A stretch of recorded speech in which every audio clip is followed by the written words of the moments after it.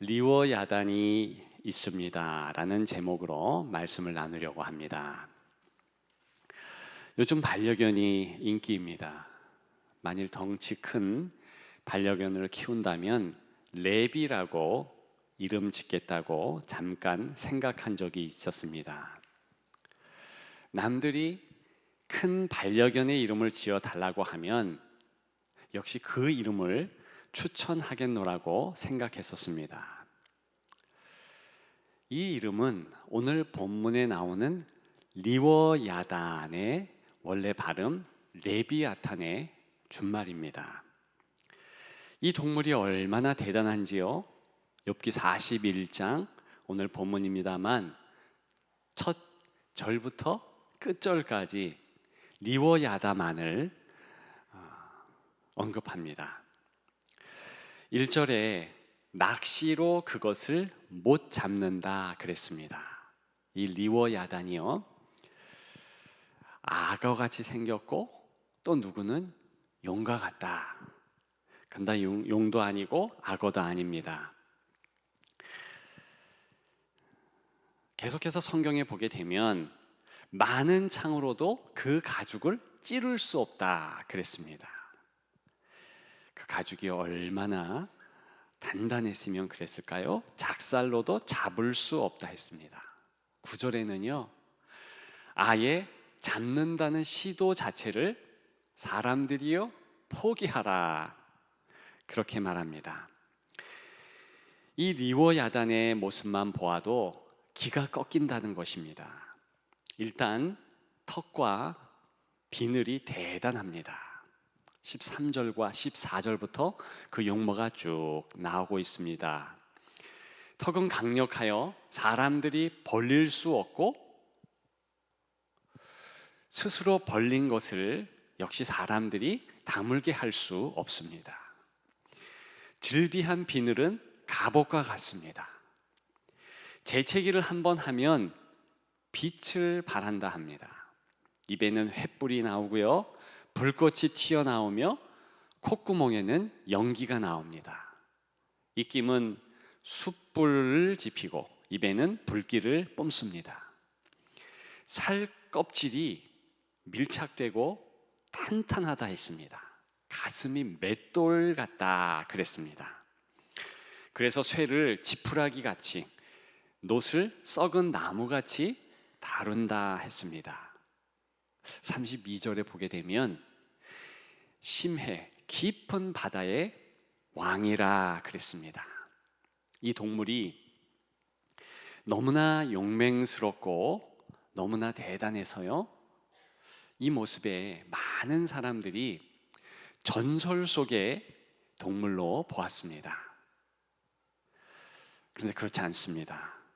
그 엄청난 모습에도 불구하고 이 리워야단은 하나님께서 다섯째 날에 만든 피조물, 바다 생물이라는 것입니다. 따라서 우리 하나님은 온전히 통제를 하십니다. 하나님 앞에서는 마치 어린 양과 같습니다. 그 이유로 남들에게는 두려움을 줘도 주인에게는 온순하고 순종하기를 바라는 마음으로 반려견 이름을 그렇게 짓겠다는 것이었습니다. 그러나 설교를 준비하는 중간에 그 생각을 지웠습니다.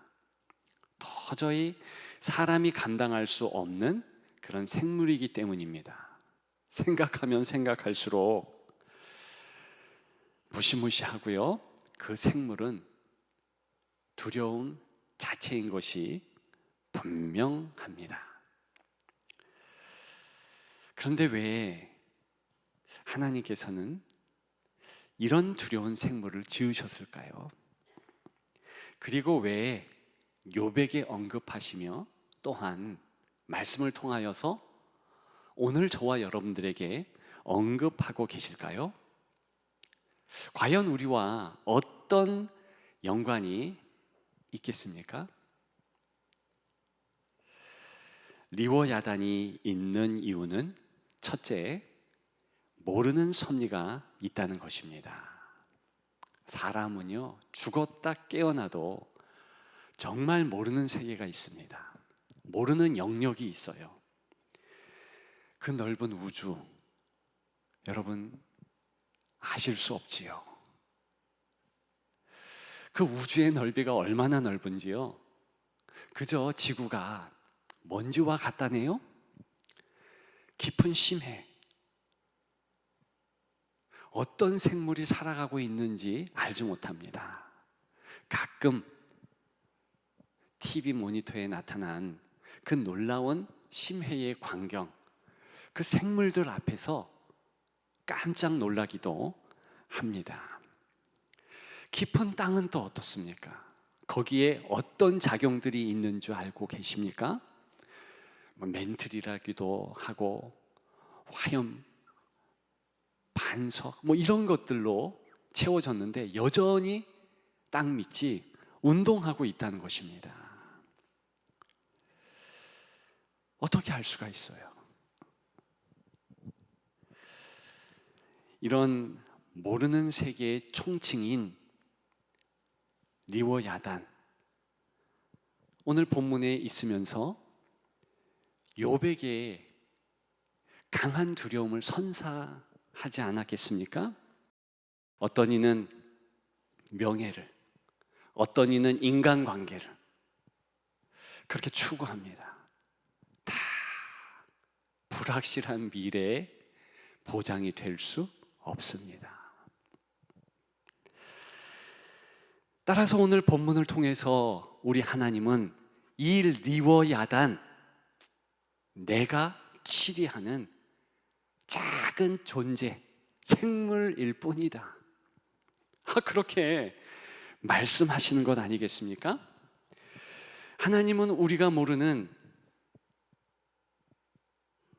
영역, 세계를 통하여서 목소리를 높이십니다.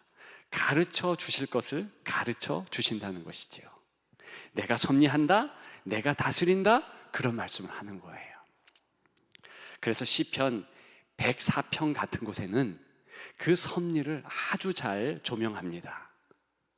넓은 바다까지도 지으셔서 무수한 생물을 노니게 하셨는데 때를 따라 하나님께서 먹이신다. 26절에는 그 가운데 리워야단도 있다. 하나님이 다스리신다, 먹이신다, 입히신다, 그러시는 거예요. 신약으로 치자면 들의 백합화를 보라, 공중의 새를 보라, 하늘 아버지께서 먹이시고 입히신다. 하물며 너희일까 보냐. 욥이여, 걱정 붙들어 매라. 내가 너를 붙잡는다.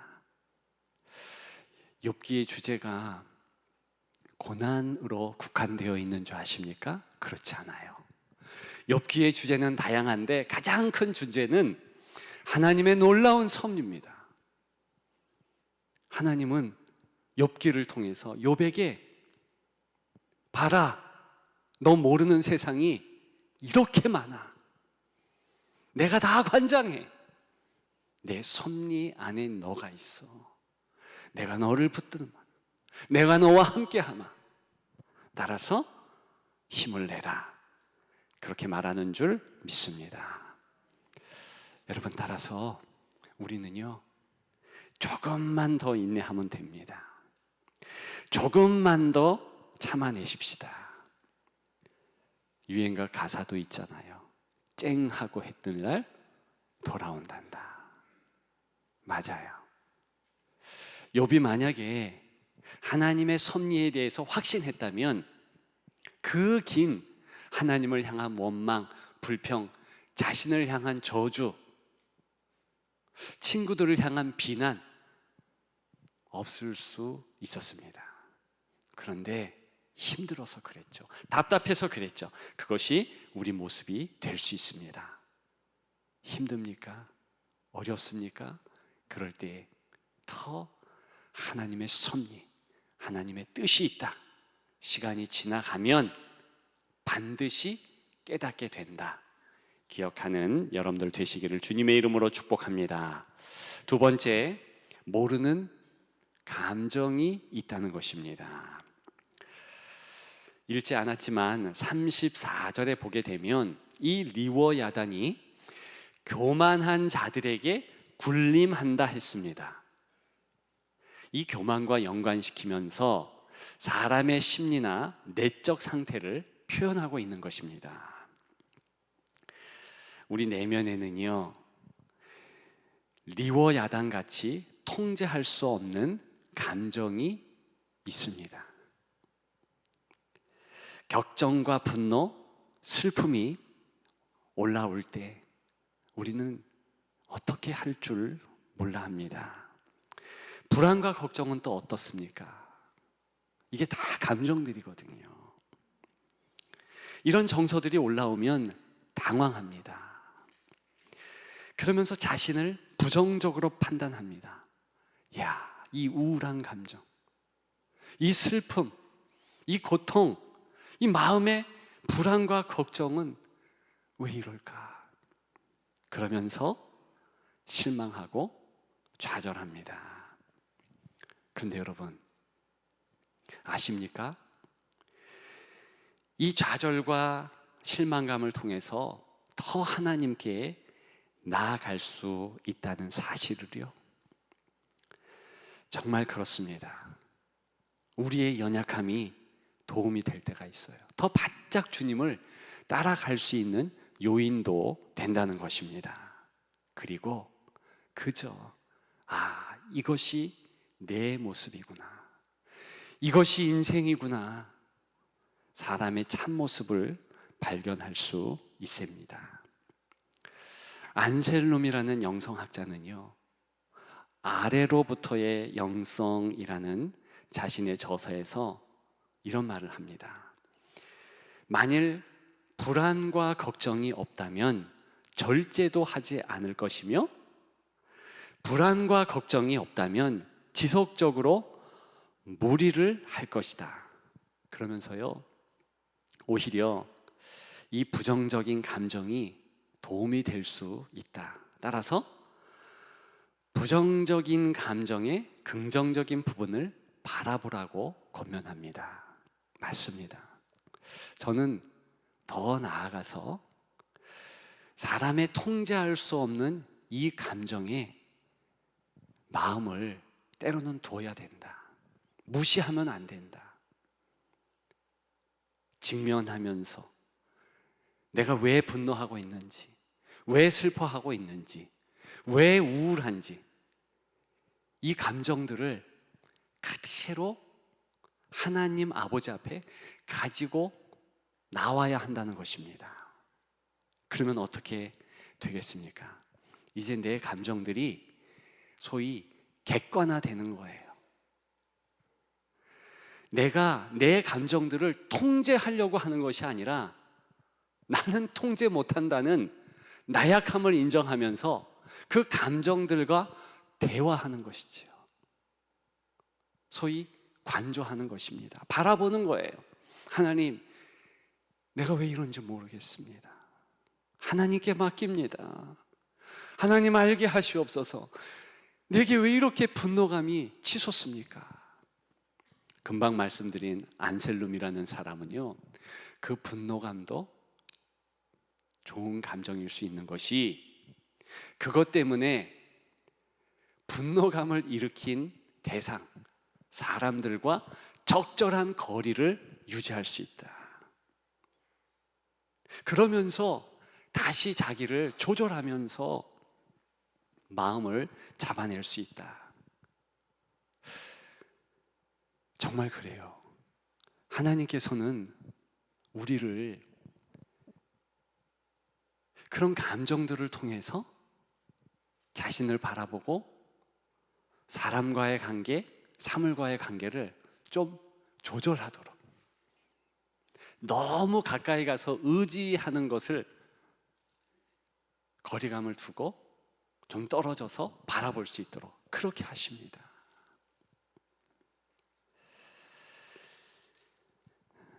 우리는 참으로 불안과 걱정, 여러 부정적인 감정 때문에 힘들어하지만 오히려 그것 때문에 더 하나님께 가까이 갈 수 있다는 것입니다. 그것이 바로 사도 바울이 이야기한 약할 때 강함됩니다. 그 말씀이지요. 한 가지 간과하지 말아야 될 또 다른 오늘 본문의 배경이 되는 감정이 있습니다. 이것도 모르는 감정이에요. 하나님 아버지의 사랑의 감정입니다. 통제할 수 없어서 모르고 그런다는 것이 아니고 너무나 커서 몰라요. 여러분 아십니까? 오늘 본문 말씀하시는 하나님, 욥에게 말씀하시는 이 리워 야단에 대해서 말씀하시는 하나님은 사랑에 애타는 아버지의 심정으로 말하고 있는 것입니다. 애절한 거예요. 내가 너를 사랑한다는 것으로 리워 야단도 들이대면서 말씀하고 있는 거예요. 때로는 이 사랑을 성경은 질투라는 단어로 표현하기도 합니다. 거룩한 질투심이죠. 하나님은요, 우리를 사랑하시되 다른 존재에게 빼앗기지 않겠다, 그런 마음으로 사랑하신다는 거예요. 또 다른 표현은 하나님은 열심을 내시며 사랑하신다 그래요. 그때 열심은 성경의 원문으로 보자면 불이 붙었다는 거예요. 하나님의 마음에 불이 붙으셨어요. 그래서 열렬하게 사랑하신다는 것이지요. 그래서 성경에 보면 하나님의 사랑은 죽음보다 강한 사랑이라 합니다. 어찌 인생의 사랑이 죽음보다 강할 수 있겠습니까? 하나님의 사랑만 그래요. 아무리 부모의 사랑이 강하고 아무리 연인의 사랑이 강해도요, 죽음을 넘을 수는 없습니다. 한계가 있어요. 끝이 있어요. 그러나 하나님의 사랑은 죽음을 초월합니다. 예수 그리스도의 사랑을 보십시오. 죽음을 넘어 사랑합니다. 그래서 아가서에 기록한 대로 사랑은 죽음보다 강하고, 그 하나님의 사랑이 우리의 사랑이요, 욥에게 오늘 보여준 사랑입니다. 만일 그 유명한 탕자가 풍성하게 가지고 있다면 아버지께로 절대로 돌아가지 않았죠. 부족하고 부족하니까, 연약하고 연약하니까 손 들고 아버지께로 나아간 것입니다. 우리의 감정이 왜 그러느냐고요? 나는 왜 이렇게 부정적이냐고요? 슬픔이 있고 우울한 감정이 있냐고요? 괜찮습니다. 그것 때문에 주님을 더 의지하기 때문입니다. 항복이 행복인 거예요. 빨리 주 앞에 손을 들고 나오시면 승리하는 줄 믿습니다. 그런 여러분들 되시기를 주님의 이름으로 축복합니다. 이런 두 번째의 사실 때문에 세 번째가 중요해요. 두 번째 사실 뭐라고 그랬죠? 모르는 감정이 있다. 내가 통제할 수 없는 리워 야단과 같은 부정적인 감정. 그리고 또 한 감정은 하나님의 너무나 크신 사랑. 이 사실 때문에 세 번째가 중요합니다. 마지막 세 번째, 모르는 은혜가 있다는 것입니다. 초대교회 성도들은 이 리워 야단을 강력한 사탄의 상징으로 보았습니다. 그렇습니다. 성경도 그것을 말하는 것 사실입니다. 이사야 27장 1절에 그날의 여호와께서 그의 견고하고 크고 강한 칼로 날렘 뱀 리워 야단, 곧 꼬불꼬불한 뱀 리워 야단을 벌하시며 그랬어요. 사단의 상징이라는 것이죠. 또 시편 74편 14절 리워 야단의 머리를 부수시고 그랬습니다. 뱀의 머리를 부순다, 리워 야단의 머리를 부순다, 무슨 얘기예요? 사단의 머리를 부순다는 뜻이에요. 즉, 이 리워 야단이 사단의 통칭어로 사용되고 있다는 것이지요.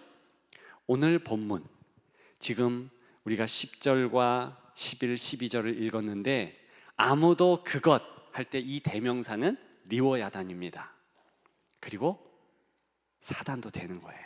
근데 여기 보니까 12절에 하나님께서 잠잠하지 아니하신다 그랬어요. 중요한 것은 이 사단에게 하나님께서 조치를 취하신다는 거예요. 꼼짝 못하게 그 입을 꽉 막고 절대로 해꾸지 못하도록 매일매일 매 순간마다 주장하시고 지키신다는 것입니다. 욥에게도 그렇게 행했다는 것을 본문을 통해서 알려주고 계시는 거예요. 우리에게도 우리의 일상에서 하나님이 그렇게 지켜주시는 은혜를 베풀어 주셨다는 거예요. 그래서 성경 표현은 은혜 위에 은혜라 그랬습니다. 과연 24시간인 하루가 지나기 전에 우리에게는 하나님의 은혜가 얼마나 많겠습니까?